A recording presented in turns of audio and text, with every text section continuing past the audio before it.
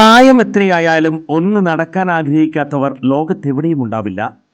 ലോകമെമ്പാടുമുള്ള ജനങ്ങളെ ഏതാണ്ട് ഒരേ രീതിയിൽ അലട്ടുന്ന പ്രശ്നമാണ് മുട്ടുതേയ്മാനം. 45 കഴിഞ്ഞവർക്ക് മുട്ടുതേയ്മാനം കണ്ടുവരുന്നുണ്ട്.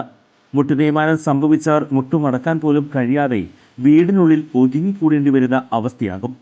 അത്തരം രോഗികളുടെ ജീവിതം തന്നെ മാറുന്ന വിധത്തിൽ നൂതന സാങ്കേതിക വിദ്യ ഉപയോഗിച്ചുള്ള ശസ്ത്രക്രിയ പ്രചാരം നേടിക്കഴിഞ്ഞു. കൃത്രിമ മുട്ട് മാറ്റിവെക്കുന്നതിനായി സാങ്കേതിക വിദ്യ സ്വന്തം പരീക്ഷണാടിസ്ഥാനത്തിൽ കണ്ടെത്തുകയും അതിൽ വിജയം കാണുകയും ചെയ്ത വ്യക്തിയാണ് ഡോക്ടർ പ്രേംകുമാർ.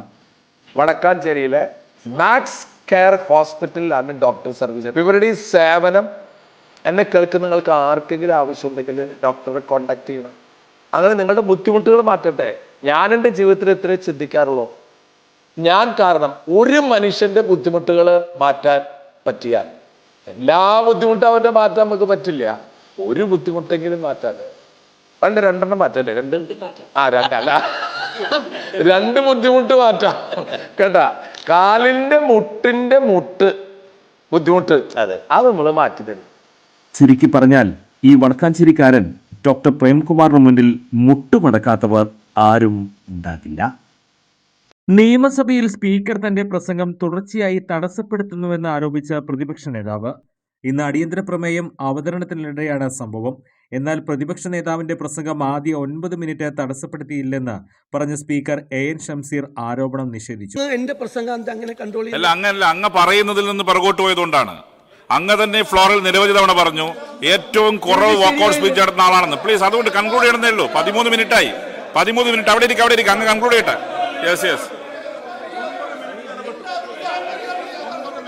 കൺക്ലൂഡ് ചെയ്യട്ടെ.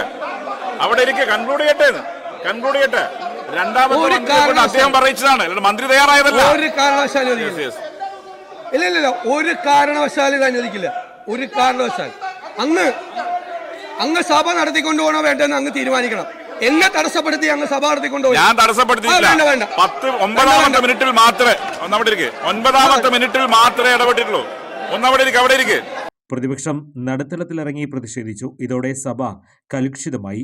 ഇതോടെ സഭയിൽ ഓഡിയോ മ്യൂട്ട് ചെയ്തു. പിന്നീട് സഭാ നടപടികൾ വേഗത്തിലാക്കി സഭ പിരിഞ്ഞു. ഇനി മാർച്ച് 3-നാണ് വീണ്ടും നിയമസഭ സമ്മേളിക്കുക. കൂടുതൽ വാർത്തകൾക്ക് ഞങ്ങളുടെ ചാനൽ സബ്സ്ക്രൈബ് ചെയ്യുക. ഫേസ്ബുക്ക് ഫോളോ അപ്പ് ചെയ്യുക.